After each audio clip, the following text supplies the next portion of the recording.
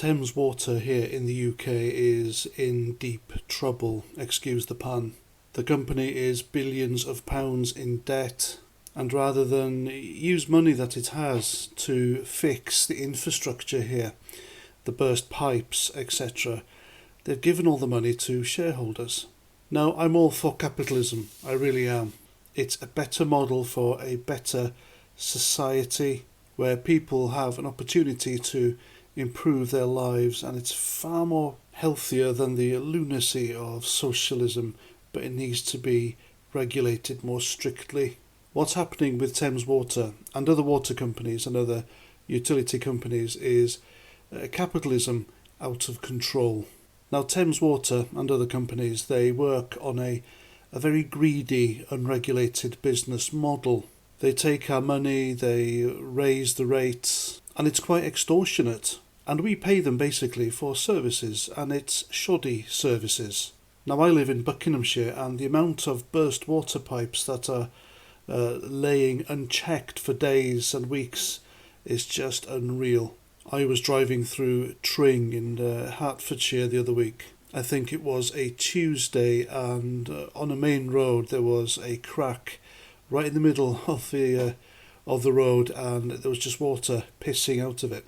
A few days later, I think it was a Friday, I drove on the exact same road, and it wasn't fixed. Instead, there were like 3 plastic safety fences, like bollards around them, and that's it. And water was still pissing out of this road. Now, if you left your tap running by accident or anything like that, then you can bet your bottom dollar Thames Water would charge you for that water.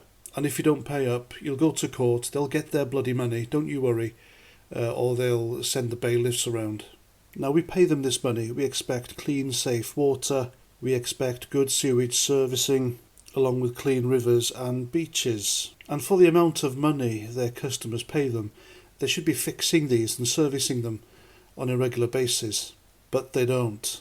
Now, what these companies do, especially Thames Water, is that they borrow vast amounts of money when interest rates are very low in this country. And then what they do is they pay out huge dividends with most of that money to their shareholders while not spending a penny to fix their failing infrastructure. So Thames Water basically exists and makes a profit, kind of, in order to keep their shareholders happy. They're greedy shareholders. Their shareholders are part of the problem. However, it's kind of backfired because now that Thames Water are in the doo-doo, they've asked their shareholders to help chip in money to help them out, but the greedy shareholders, they won't do that. So now, because of all that and just out of control, greedy people within that company and the greedy shareholders, they don't have the money to fix most of what's going wrong. They have literally just paid out billions to their shareholders, and their CEO has just quit on her £1.6 million a year salary. And no doubt she'll get a big, massive golden handshake as well, so she'll be set up for the rest of her life. She's alright, she's happy. But us lot who pay for the services, we're getting sod all for our money. That and a shitload of excuses. So I think the only answer here is to either strictly regulate businesses like this, who are in charge of our utilities, and renationalise them. So do this without any compensation to the greedy shareholders. Because like I said, the greedy shareholders are part of the problem here. And so because the shareholders won't do their bit and chip into the company which they've invested in, and by the way, since 1991, Thames Water has accrued a debt of £54 billion, and in the same time, they've paid out £57 billion to their shareholders. That's just insane, that's stupid.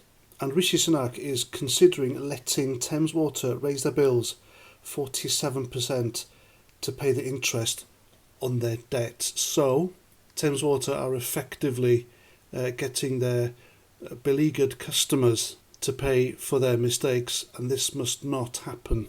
It would never have got to this stage if their business model was strictly more regulated by the government. And for Rishi Sunak to allow them to do this, or even consider it, it's just disgusting. I have never seen a Prime Minister shit more on the poor of this country than him. The sooner that bought and paid for politician and the rest of the Tories are out of government, the better.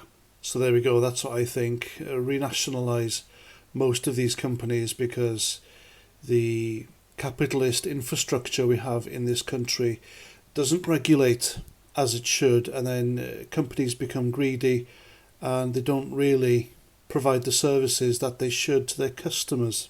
And that's that. That's my video. Hope you like. Let me know what you think in the comments. And until the next time, Roger Trout.